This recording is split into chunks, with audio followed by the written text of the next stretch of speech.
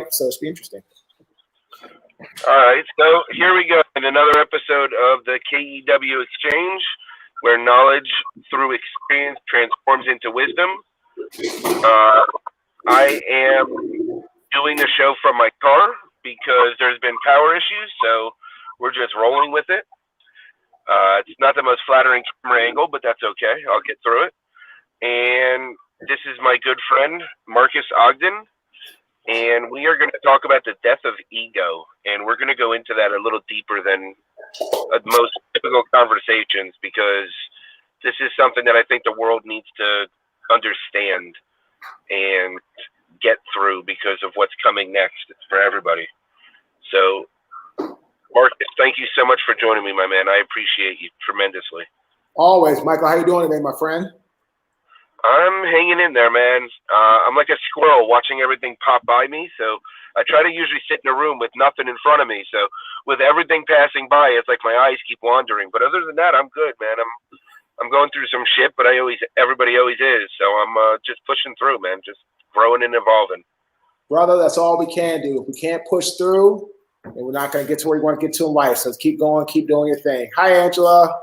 Oh, the Angel? Oh. Hey, Stacey. Yeah, it's Angel. Hey, Angel. Yes. And I got a sinus cold coming on too. So it's really kicking in here right now. We got the weather, we got the sinus cold, we've got the personal stress. We're doing good. But that's life. I mean, that is life, right? Like that's just what we go through every day. Yeah. So why don't we just get started for anyone who might not know you, which is very hard to do at this point because you're everywhere. Give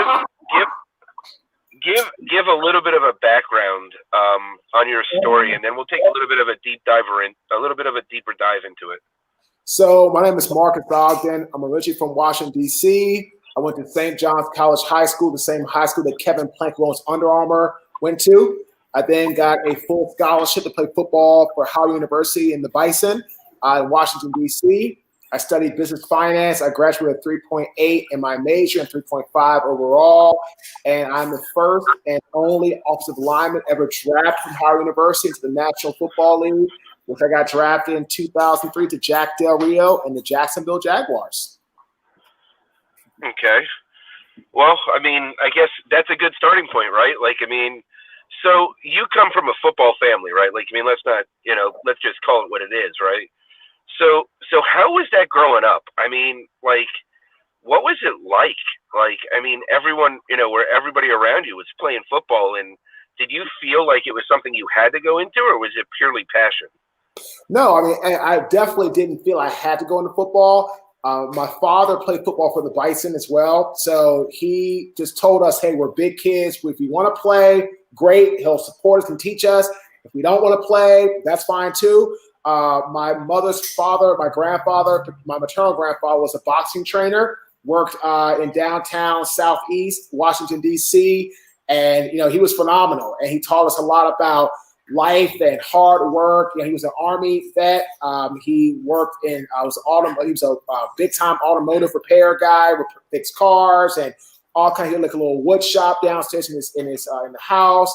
So really and truly, man, for us, it was just what we wanted to do. There was never like do this or do that. We didn't have that type of upbringing because that's just not how our father was. But we more about, hey, you want to do this? That's great. Hey, you want to do that? That's great.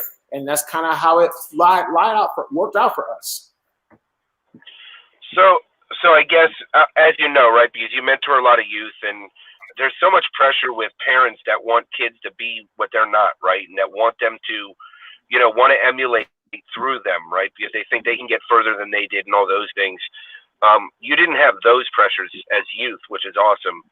And I want you to go into a little bit what happened after football, right, and towards the end of football, because I feel like that's where your real story begins, is right there. That's where like the meat of where you've transformed yourself and how everything has just, changed for you so dramatically over the years. Mm-hmm. Mm-hmm. So, I mean, basically, for me, I didn't have, like I said, those pressures, but it's a lot. I mean, it can be a lot for any young person to deal with. Luckily for us, our father raised us by himself to the point where we had that male figure in the house. So with us being both big, large, giant, individuals, we had that upbringing, and we were taught three things. Number one, respect women. Number two, respect ourselves. Number three, education over sports. And that was our way we did things. And that was what really triggered us and triggered me to live the life I live today, what I do, everything going forward. But yeah, it could be definitely hard with those pressures for sure. So when you left football, right? So let's dig into this a little bit, because when you left football and you were done playing pro, right? Because you played in the NFL. So when you were done playing in the NFL, that's when you pivoted to the construction business, correct? Mm-hmm. Yep, that's correct. Yes. Okay. So let's talk about what the emotional stress of that transition was, because there's a big side of everybody looks at professional athletes as they make all this money, and how could they have problems, and how could they, go through adversities, and, the average fan watching at home making whatever the income is, right? No matter what it is, the numbers seem small to a professional athlete, right? Because we see all the big numbers flying around. But what was that transition like for you on the emotional side, where, like, when you made that pivot and you went from professional sports to, a new career? I mean, what was that transition for you?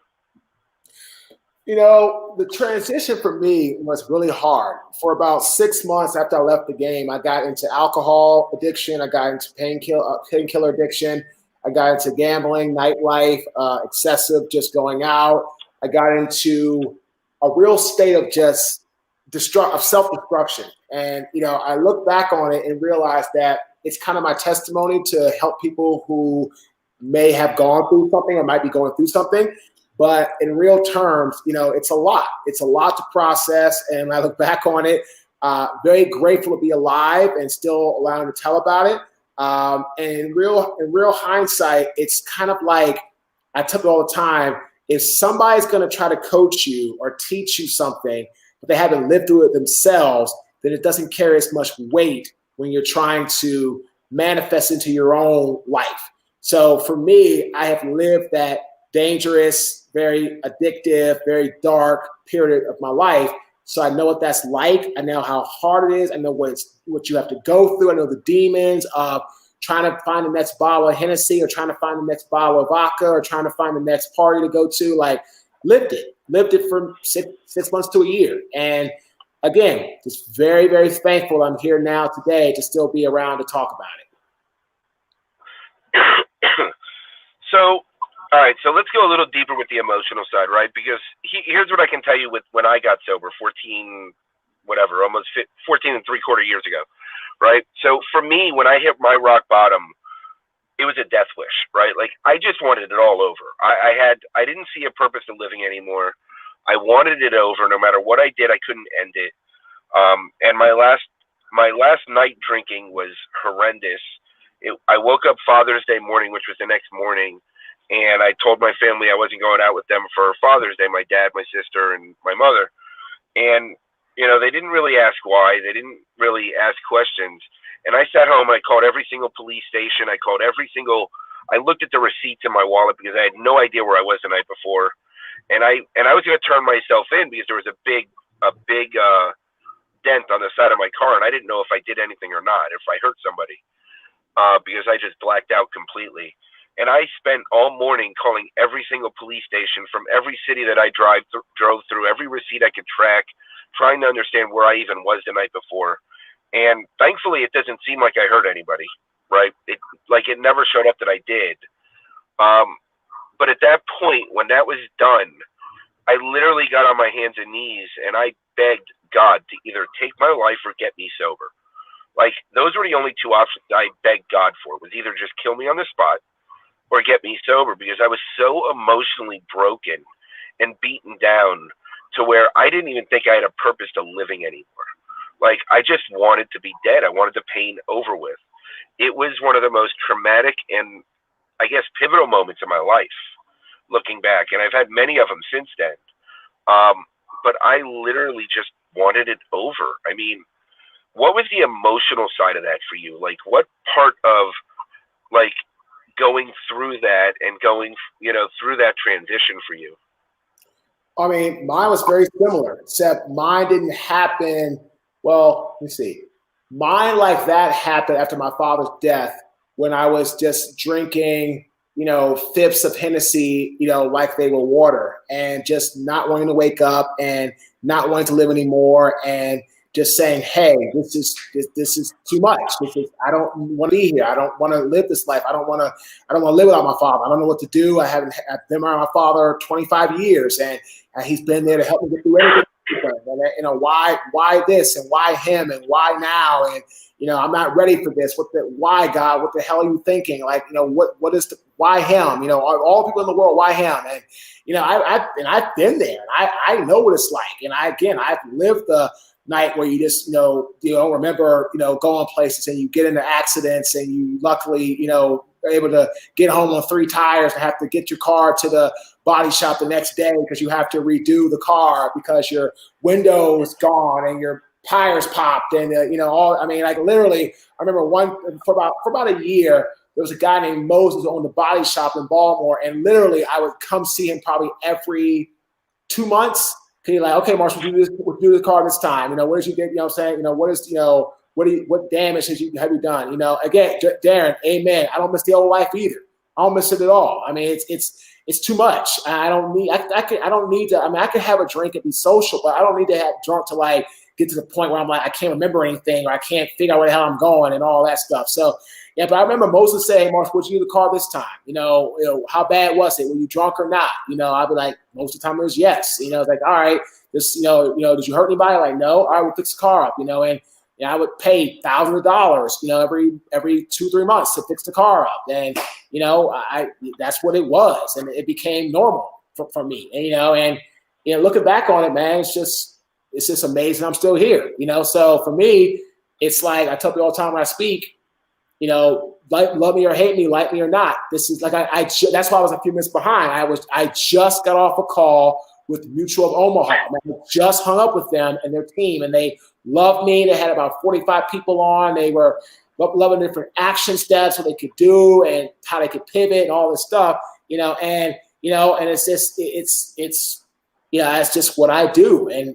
But now I it's another calling now. So for me, it's just, I coach a lot of people. Stacy's one of my clients I work with. I know that people on this call from LinkedIn, I know this offline.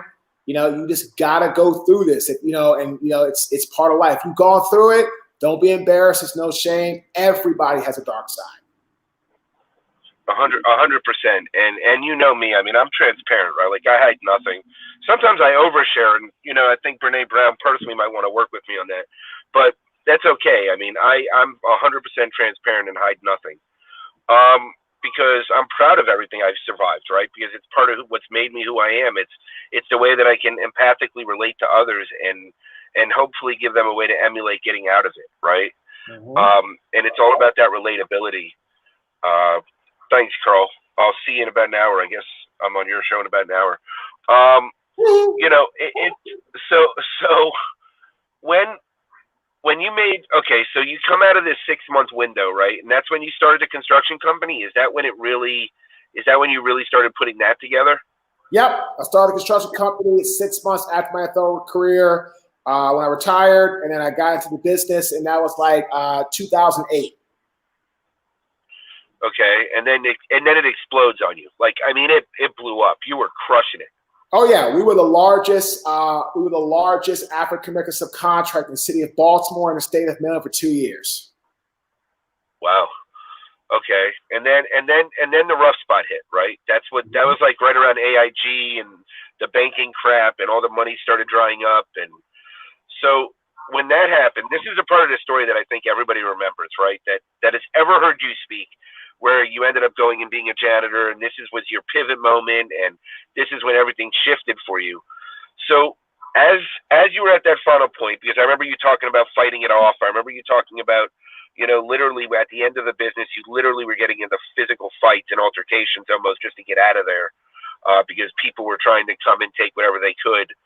When that was going on, like, what was the emotional tug? right? Because I've had $1 million businesses that I've lost, and I've had to fire everybody I knew that worked there, and I've gone through that devastation. And for me, it was so much self blame, and I wanted to overanalyze it to try and figure out what I could have done different that would have protected those that I hired, right? Because at that moment, it wasn't only about me; it's how much did I hurt the people that I brought in. Mm-hmm. So, what was like that moment for you? Like, what was the moment that you sat down and you looked at it and you said, holy shit, what just happened? The moment I sat down and said that really and truly was, I was actually in Raleigh, and it was like late April 2013. I'm like, wow, I just had to leave my multi-million-dollar business. I had to leave my home, which was no longer my home. I had to come down here. I had both cars repossessed in the same day. I had mutiny. I had staff that was like stealing and destroying property and all this type of stuff. And I literally packed up like a thief in the night, and I ran from what turned out to be 177 creditors and about $5.5 million of debt. Now, I didn't know it at the time in April 2013 because I was so broke, I couldn't afford my bankruptcy payments. It was $3,300. It was a $3,300 payment to bankruptcy, $3,300, and I couldn't pay it all off because I was so broke. It took me about 7 months to pay it off.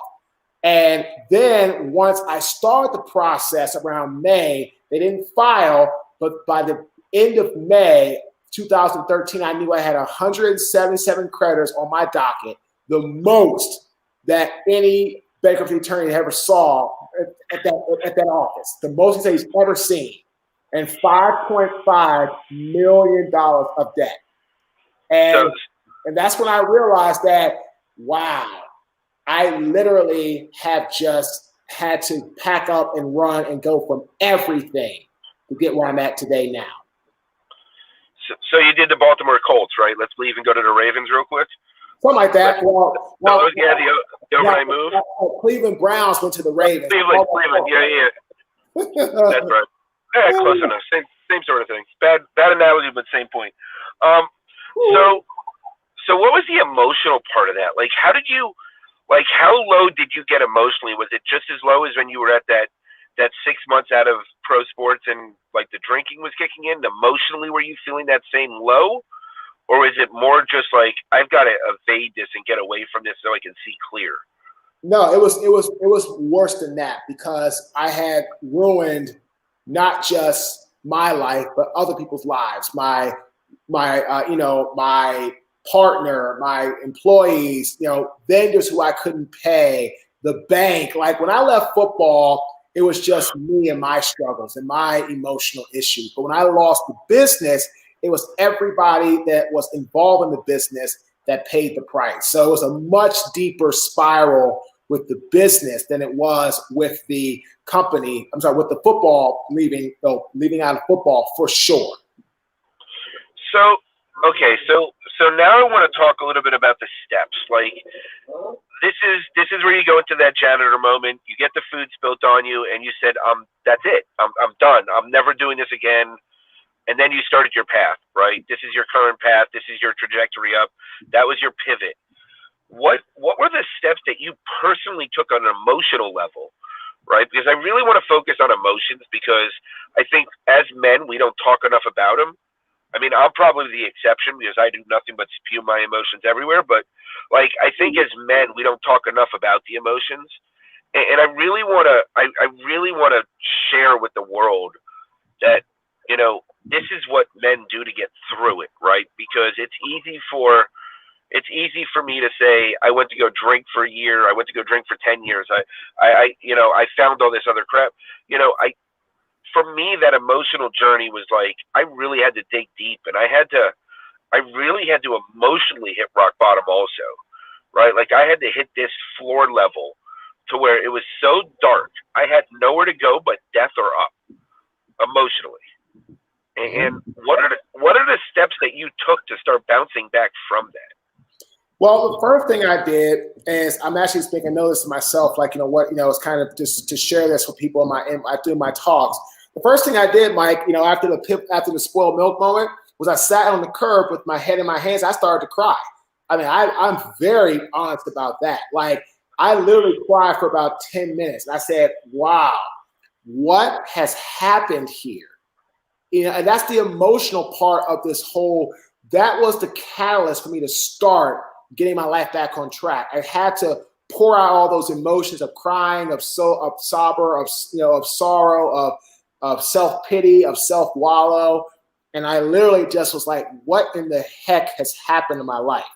And that's when I started to get my life back on track. But let's make sure we're very clear about that. I mean, I was an emotional mess, and I, cried for that 10 minutes with my head in the hands on the curb. And I came home, wrote down my 3 biggest goals, and I cried again, thinking, wow, I want to do this, but I really don't know what this is. Like, I don't really know what speaking is going to entail, what's going to look like, what it's going to be like. I'm just going off of a hope and a prayer to the most part. I mean, that's really what it was. And then it became a business shortly thereafter. But, that's what it was in the beginning. It was, trying to get that whole process started, and really kind of getting everything launched. So for you, was there like steps that you took, or was that just like your bottom, and from that point up, you just started bouncing back? Like, for me, go ahead. Yeah. Go ahead. Listen. No. For me, like, I had to talk it out. I had to write it out. I had to, journal. I had to do all these different things, right, to try and clear that out of my head. I mean, granted, I'm 41 years old, and I never said I love myself until last year. So, I have some serious emotional baggage that I'm still dealing with. I probably, out of the last 72 hours, I probably cried 55 of them, right? Because I'm still processing years of emotional baggage. Even on my live Saturday, I spent the whole live sitting there holding back tears, right? Because we were talking about forgiving yourself, loving yourself, and all these other things. And I'm still working on all that. And I have no problem sharing it with the world, right? Like, it's who I am and where I am. What were the steps? Like, what were those steps for you like? So the steps for me, Mike, really is coming home, writing down my goals. Welcome back. Coming home, writing down my 3 biggest strengths, identifying what I wanted to do next, and then really and truly it was going to my inner circle and telling them what I wanted to do and building from there, sharing with them what I wanted to speak about, what I wanted to do, all that kind of stuff. And that's how everything kind of got started in that regard. So at that moment, was your inner circle supportive, or were they like, what are you, crazy? Like, I don't understand. Like, 99% of them thought I was crazy. And then it was actually my newest inner circle, a lot of the parents of the kids I was training in football, right, who were supportive. And that's how I got my first non-paid corporate job, was for NetApp and a Fortune 500 company, because I trained the head of healthcare for North Carolina's sons in football technique. And that's how it all got started. So absolutely, that small percentage of inner circle was very supportive, but the other 99% are like, what the hell are you thinking, Marcus? This is not going to work. So did that turn into drive you, the fact that they didn't think you could do it? Did that turn into pure fuel for you, that it was like, I'm going to show you I can? Or was it you just had so much conviction at that moment, that was your moment of finding your purpose, and when you found it, you just had that strength that you were going to push through no matter what it took? So for me, it's like, it didn't, I won't say it gave me fuel, but it made me realize that people are going to be negative, and that if they're going to be negative, then that's totally fine, that I don't need to let their negativity get in my way. But I'll be honest, it was very hard. I mean, it was extremely hard because, when you're starting something new and you don't have a lot of support, it becomes very taxing, very, it just becomes it's monotonous. It's just hard. It's just becomes very overbearing. And if you don't know how to deal with that, it's going to be hard. And I just didn't really know how to deal with it. And I just kept going. And again, 2.5 years, Mike, not one paid job, not one. So it just took a lot for me to keep going, but I just did. And eventually things got better. But yes, it was a very, very hard period I had to go through for many, many years. So, I mean, you're at the point now where you've rebuilt yourself emotionally too, as well, correct? Oh yeah, Like, absolutely. Yes. so since you've rebuilt yourself, what was the biggest and darkest struggle that you've had since? Emotionally, not financially, not lifely, but whatever. What was the biggest emotional hit that you had? No, Mike. I don't. I mean, biggest emotional. You know what? The biggest emotional struggle I've had. It's not one thing. It's like a lot of my former, football teammates and mentors. I've been passing away a lot lately. So like. My old coach from the Scottish Claymores, Tim Lester, passed away about maybe 2 weeks ago. And then Tony T-Bone Jones, who was the left tackle my brother got there in '96 with the Ravens, helped me a lot, with technique and information. Great guy. He passed away, I think like a week ago. And, then one that hit really hard was my old teammate, my old draft class teammate, Vince Manawai, passed away from a heart attack. Vince was only 37, 38 max, and he died poor. I mean, like he got married to the wrong person.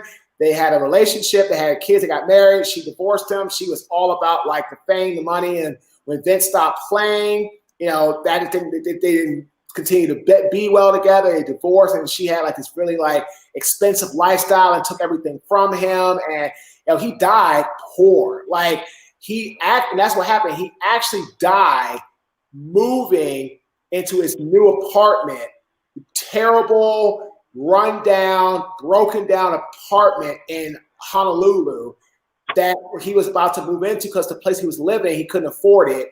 And he had got up to over 400 pounds when he died. He died of a heart attack. He died basically of a heart attack moving all of his stuff into his new place. And he died without his children around. He died with no money in his pocket. He died with no one there for him.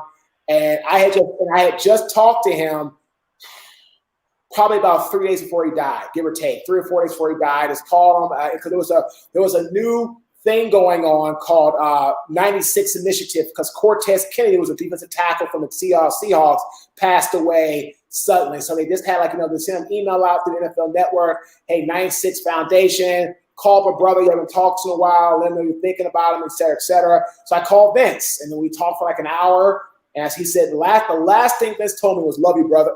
It was just like, he's Samoan, so they say brother. They don't say brother, so they say brother. That's how they say it. So the last thing he told me was, love you, brother. And that's the last time I tell you, love you too, man. I'll see you soon. That's why I was going to go see him in Hawaii like maybe 2 months later. I didn't get the chance. He died 3 days later, 3 or 4 days later. Wow. That's a lot, man. Like, I notice, right? Like, I watch your posts and I follow your posts, and you know that I support you as much as I can. There's always football players or professional or even college athletes that are passing away, right? And with your ties into the NFL community, into Howard University, like, I mean, it feels like there's a lot of loss going on, right? Where did your overcoming start? Like, because you have this, I got to tell you, you're a lot less emotional than I am, or I'm just not there yet, right? Which is fine too, right? We all go through our own process. But like, where did your overcoming, I'm going to overcome everything in my way, no matter what, where did that foundation come from with you? You know what, Mike? It came from, when I was a janitor, and I had basically got down to the point making $8.25 an hour. I had got down to the point of just living a life of destitute and of just being poor and having nothing. And, I literally cried, after that moment. And ever since then, I don't think I've ever cried like that. And I faced a lot. I faced, many dark nights. I faced many uphill battles. I faced many difficult things to get through in my life. And I faced a lot of, hardship and all that type of stuff. As a matter of fact, most of my tattoos are family-based or pain that I've endured over the last, I'll say probably, 14 years, give or take. So for me, that's been one of my outlets. But after that janitor moment, that spoiled milk moment, I've really just changed my mindset, and I'm emotional, but I've learned to contain it. So if you are where you are, that means that you haven't had it enough yet, or that you're dealing with it differently than most people, which is fine. Everybody's different. But I mean, I literally have had to endure so much to get to this point that it became kind of like, I don't want to say obsolete, but it became like, just something I just kind of got used to. I mean, I got used to pain. I got used to struggle. I got used to, hardship. I mean, I got used to that. And for good, bad, or indifferent, that's just who I am today. And it's like you said, right? Like everybody has their own process, and again, I mean, I overcome everything in my way, right? Like I'm just more emotional about it. I don't think I've fine-tuned on how to control the emotional side, or even just release it maybe in a healthier way so that it's just not outpouring out of me. But I'm working on it slowly, right? Like I'm doing what I got to do. I'm still taking all the steps I take on a daily basis, my daily routines, everything, right? Like it's up. Stacy's got a question for you. Did you overcoming start with football, or does it go back to mold to shape where you are? So that's an excellent question, Stacey. So it goes back to my father for sure, because my father, when he ended up losing, he got sick with kidney failure, and when he got sick with kidney failure, he ended up basically losing his job, and then he had to invest his savings into my brother's education for high school. And then my brother got a full scholarship to go to college, and then I had to go to high school. So by the time my father had got to where I was a eighth grader, I was an eighth grader in middle school, he was broke. And I remember learning about resilience and overcoming adversity from him. I mean, he literally died a super poor man. I mean, we gave him everything he needed to have. Like, he paid, his bills were paid, and he has to taken care of. But, it was a lot for him to go through. And I saw from a young age how to overcome adversity, how to deal with a lot of, scrutiny, how to deal with a lot of, just things that can happen to you in your life. And then also my grandfather, his father was a truck driver with a third grade education, and he raised 3 boys in the South, and then they moved to Buffalo, and he died about a year ago. He was 94. And honestly, between him and my father, I learned so much about overcoming adversity and how to deal with situations and how to move forward in life and how to just be that individual. And because of that, I'm here now doing what I do. And, but it definitely started, Stacey, when I was a young person growing up, for sure. So at this point, we've all learned that you have extremely strong men throughout your life, right? Like male figures in your life. What about like your mom or aunts or grandmas, or like what role did they play in your life? I'm just curious, because I don't think I've ever heard anybody ask you that. So my mother and I don't have a great relationship at this point in my life. Actually, we've never really had a great relationship, to be honest with you. She left when I was 8. My brother was 14, and on and off for about 25 years. I guess it'd be 4, 9. Yeah, about 25 years. It was on and off, like a windshield wiper, back, forth. And then it'll be 8 years next month. No, not next month. It'll be 8 years in April. I haven't spoken to her. So I haven't talked to her in 8 years. Was it 8 years? Yeah, it'll be 8 years in April. Yeah, 8 years. No, 8 years in April. Yeah. So, I mean, really and truly, my grandmother, my mother's mother, phenomenal, amazing part of my life. Don't have a lot of aunts. I mean, I have some great aunts, but my mom was the only child, and my dad only had brothers. So I had no aunts. I had great aunts. My grandmother's sister was amazing. She helped. My grandmother and my mother. I'm sorry, my grandmother and my great aunt, actually helped pay me way for my high school, for me to finish up high school. My dad ran out of money, and in that regard, that's really what it was. So for me, no, my mother and I don't really see eye to eye. We really never have, which is unfortunate, but not every mother is going to be the best mother, and that's what it is. So I mean, you can't change people. You know what I mean? Oh, I'm looking at Carl's question. Yeah. So when was it ever clear to you spiritually that you need to make a change how you were living? Carl, that's an excellent question. So when I ended up coming to Raleigh, and I had that moment, and then I went to a church service, and I got some real positive words from the pastor. That was like 2015, 14, 15. It made me realize that life had to get better, and I had to start looking at devotions. I had to start looking at different things, and I just had to start trying my best to live a better life. And that's what I've been doing ever since. Am I perfect? Not even the slightest. Do I claim to be perfect? Absolutely not.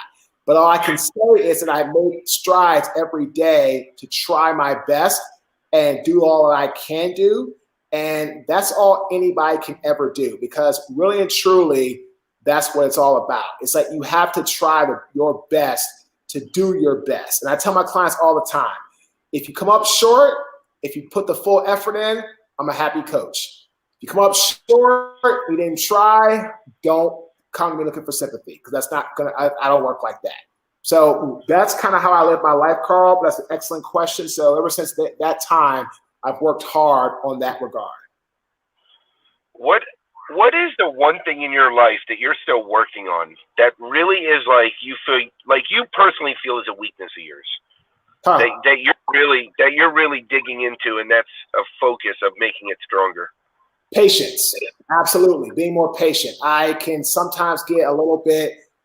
I don't want to say uneasy, but I can get a little bit just trying to get things to push along, and they're not happening in that regard. And I need to do better about that. And I just, I'm still working on it, and just trying my best to be as patient and as methodical as I can, knowing that that's a weakness of mine that I'm trying to pursue and get better at and continue to move forward. So, but you're patient with everybody else, just not with yourself, right? Correct. Like that's a self thing. That's a self judgment, self expectation, self. Well, I expect more of myself. I always want, it's like, oh, thank you, Carl. I mean, that's what you see on LinkedIn, Carl, is who I am. I don't pull punches. I don't try to be somebody I'm not. I'm just your average guy trying to do the best that I can. And that's all I can do. That's kind of like, that's really what it is. And I think that, it's really important for people to understand that, it's something that every day you need to try to work on. Like, I love speaking to what I speak on. I don't talk about this stuff very often, which is good. I mean, I have no problem with that. I'll talk about anything, but it's something that I just don't talk a lot about, because, people really, they know of me, they know my story, but then sometimes we don't want to get into the emotional side, because they want to know more about which is the actions that I can give them to help them in their life, and that's kind of what it is. Well, I mean, look, you just created this program, right? Like, you created your pivot program, your all these things that to help people bounce back, and to really show and highlight how they can, right? Mm-hmm. So I wanted to take a different approach with this, because I like doing things a little bit different, just because I'm different. I also wanted to share a little bit of a different story from you than what everybody else shares, right? Like, I think that it's, the world needs to see where we're headed right now, that there is more of an emotional side to being human, right? There's a human side of everything. Mm-hmm. And there's a human side of business. There's a human side of just living every day. And no matter what the obstacle comes next, I have no doubt that you're going to overcome it, right? Because that's just what you do. You just move. Like, maybe that's where the boxing training came in, right? Because maybe you just pivot like a boxer, right? Like, you're waiting for that next punch, you're waiting for the next jab, and you're already moving to the next side. So talk about your new program that you just launched, because I want you to go into that a little bit for anybody that's listening that could take advantage of that. So the pivot program was designed, we're actually going to start shooting this week to launch here ASAP.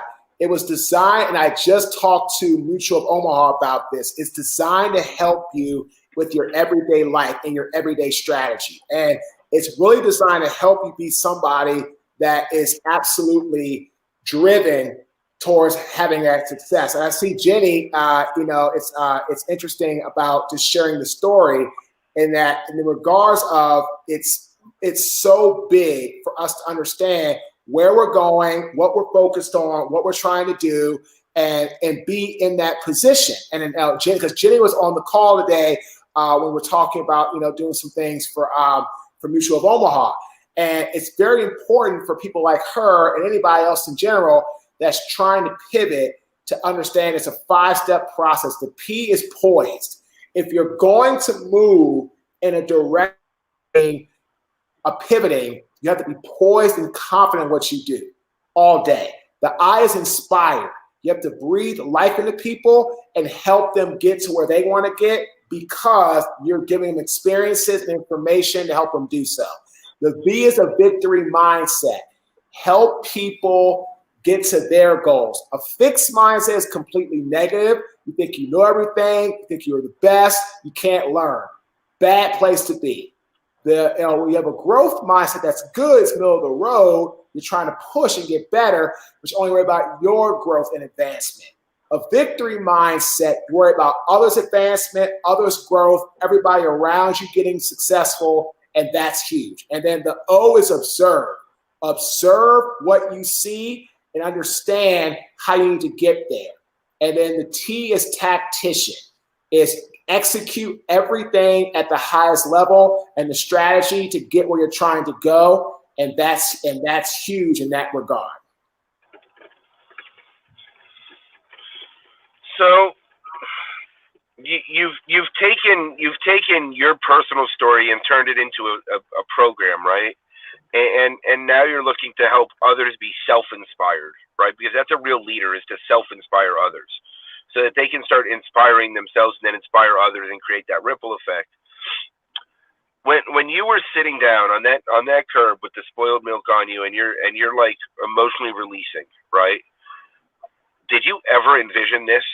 Like, did you see this coming at that moment? Yes. Here's the thing. I never ever saw it coming from the standpoint of me being able to get where I'm at today, right? 'Cause I was looking at Darren. Darren made a great comment about self-care as a leader. And again, Darren, excellent question. I want to answer that real fast. As a leader, Darren, everything starts with you, right? You are the servant leader of your ship. You take command of your own destiny. It's kind of like I tell one of my clients, you are the Yoda of your going forward, right? And when you're Yoda, what happens? You're the one that teaches Skywalker how to do everything, all the tricks of the trade, all the things that must be done. Well, if you don't take care of yourself, self-care, take time for yourself, practice, getting some relaxation things. If you want to go get a pedicure, if you want to go get some time to yourself, whatever the case may be, whatever your self-care button or thing mechanism is, if you don't do the self-care, Darren, you will be no good to your Jedi Knight warriors. Okay, just put in that. And I don't like the term the Jedi, but it's a great thing to look at. Like Yoda is the behind-the-scenes leader of Luke Skywalker.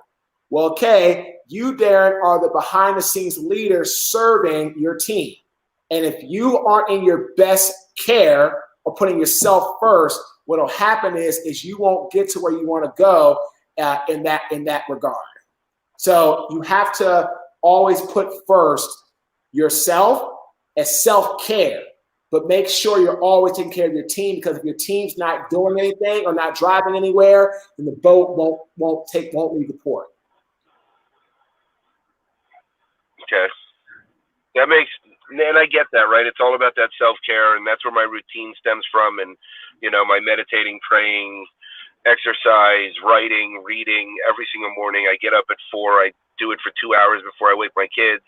Like, that's really been the foundation of changing my life, right? Like, is taking those steps and journaling and gratitudes and all these different things to start flipping that mindset. And it works. I mean, it does, right? Like, there's a testament to it working. I still have my moments, right? I still have my periods that I'm just flushing out emotions and just releasing them all, especially because I stifled myself for all those years.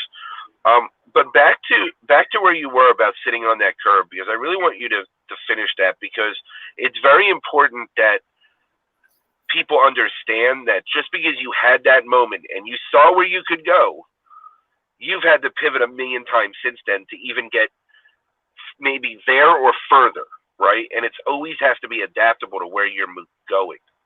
Mm-hmm. So what's the question you're asking? So I'll make sure I'm answering this correctly. Well, when you were sitting on the curb and you were just before you went into Darren's question, you were talking about sitting on the curb, and I said, did you envision where you would be today? No. Okay. So when I was on the curb, no, I did not envision I'd be here today. I just envisioned not being there today. And I meant is this not being in that moment of being custodian and having that moment of spoiled milk and trash and rotten banana peels. I just wanted anything to get off that curb.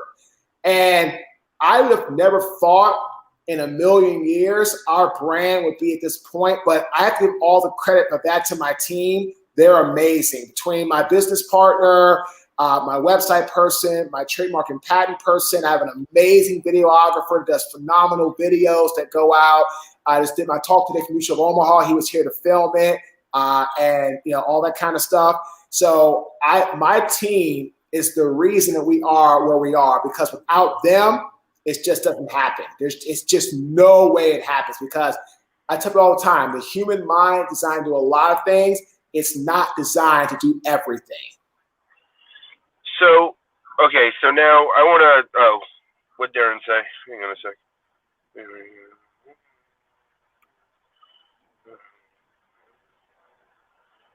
I mean, I don't think anything's dumb. I mean, if it makes you happy, then then it's not dumb. I mean, do whatever makes you happy. I mean, if you have time in between meetings, if you have time in between business to sit there and take, time out to do something that you love, then do it.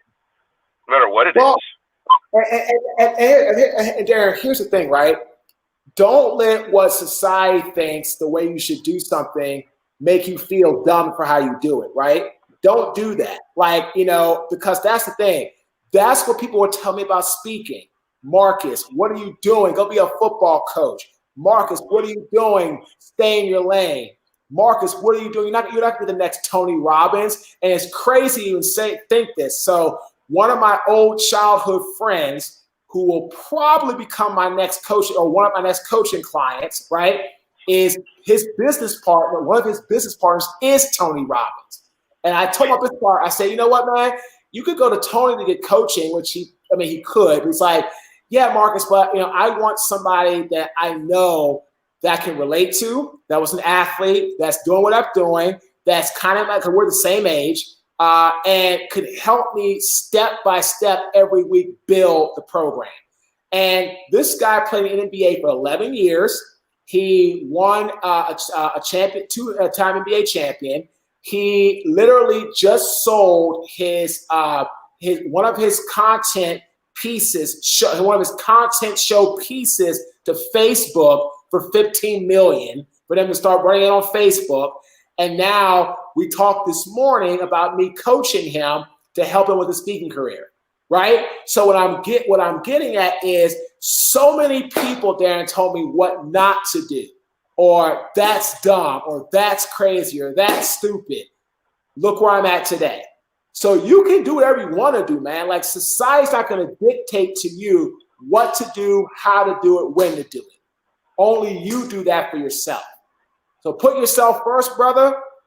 Or as my boy Vince said, brother, and you're good, man. Go from there. It's all about finding your happiness, man. Like, society conformities do nothing for anybody, right? So you've got to find your own joy in life. You've got to find your own passion. You've got to find your purpose.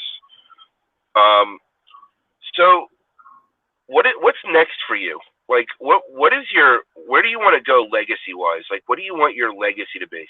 So my next guy is for us to work on our automation program, the pivot program, work on the different automation stuff. So people who cannot afford the high ticket coaching, or they can't afford like the pay me for big bucks on stage, can still get access to content at a reasonable price, so they can actually be using the material to get ahead in life.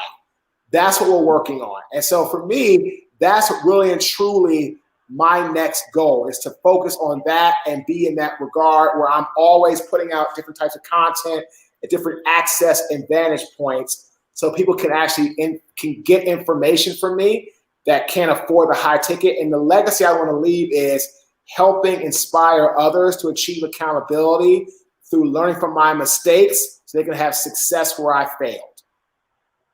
100%. I love it, right? Like, I love what you're doing. And then you also work with some non-for-profits, and you work with youth, right? You do a lot of stuff. And yeah, because youth are the future. I mean, I have a couple of kids I coach in high school clients. I do stuff for colleges. As a matter of fact, I'm actually heading out to Salt Lake City next month to speak for for Salt Lake City to speak next month, which will be February 18th through the 21st. So Western Governors University. It's the largest online university in the country. 125,000 students every year online, and I'm their 2021 commencement keynote speaker. I'll be going out to Salt Lake City. Like I said, on February 20th is the event.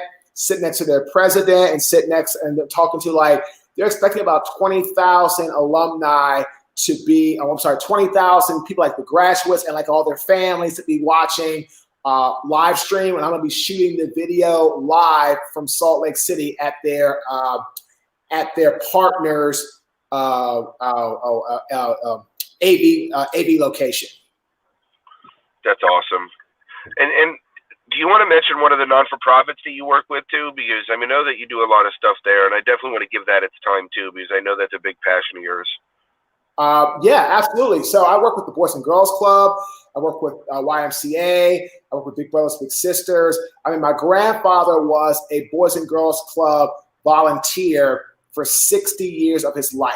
So, yep. So that's that fact. That was my first adult-ish. So like I worked for Pop Warner football teams as speaker in September of 2013. My first adult talk was for the Boys and Girls Club of Raleigh to their donors and their supporters for a speech that I did for free in downtown Raleigh.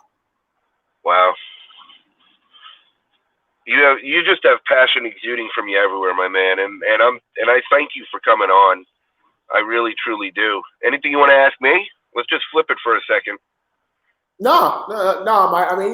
Here's the thing, man. You know me. I'm not the interviewer type. I'm just the guy to get out there and Stan, you were born in this life as a risk, so don't live as a copy. Chase your passion, be fearless in the pursuit, be aggressive in your desires, surround yourself with positive people, never listen to anyone. Stay much love. Yeah, Stan's a great friend of mine. Stan's out in LA, Palm Springs.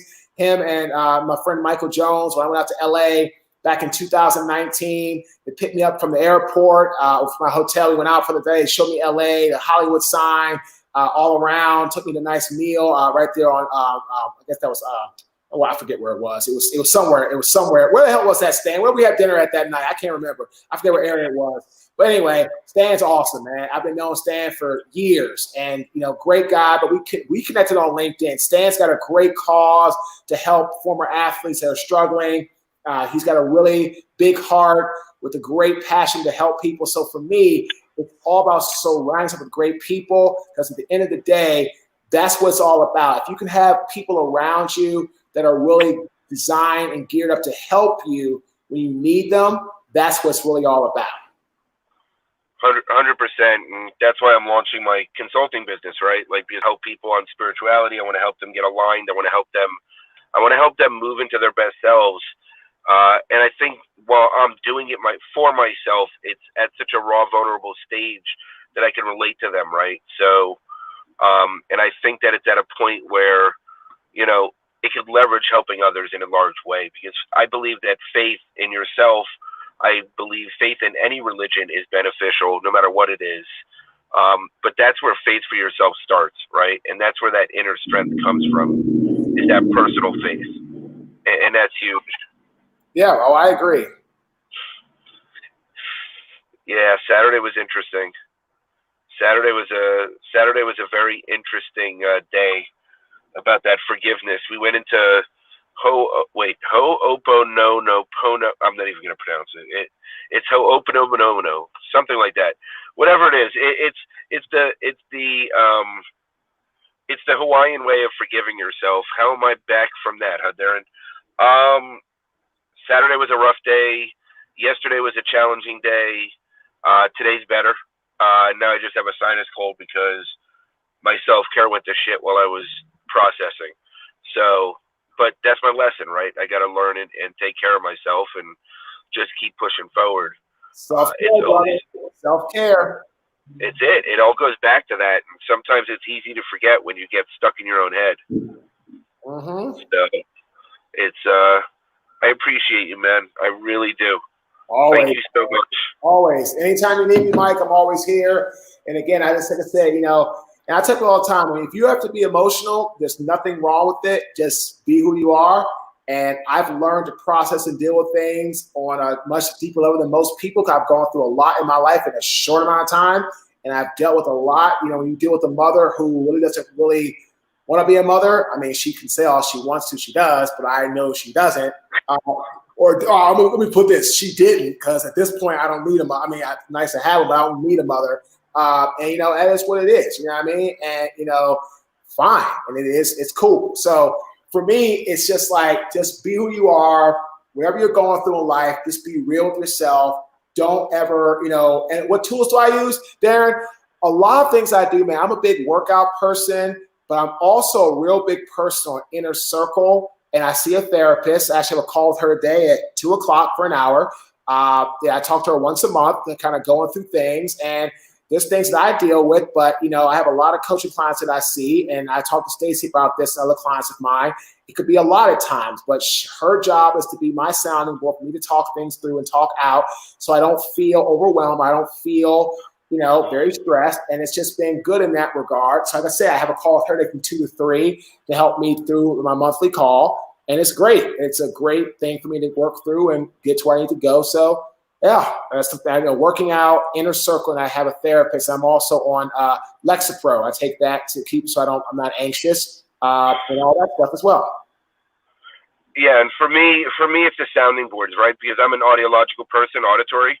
So I need the sounding boards, and then I'll go write it out, and then I'll either burn it or I'll just process it. Or I like the physical manifestation of burning it, just because I watch it, disappear, and it's like almost a physical manifestation of releasing it for me. And then there's a lot of meditating, throughout the day, a lot of just sitting with shit and just, understanding and sitting with the feeling and then releasing it. It's, and that's what I'm learning to do, is just sit with some of these feelings, understand what they are, understand where they come from, and understand how to get out of them. Mm-hmm. So, all right. But I appreciate you, my man. Thank you so much. And thank you, everybody, for watching and participating. And we'll chat again soon, I promise. Have a great day, everybody. Bye, everyone.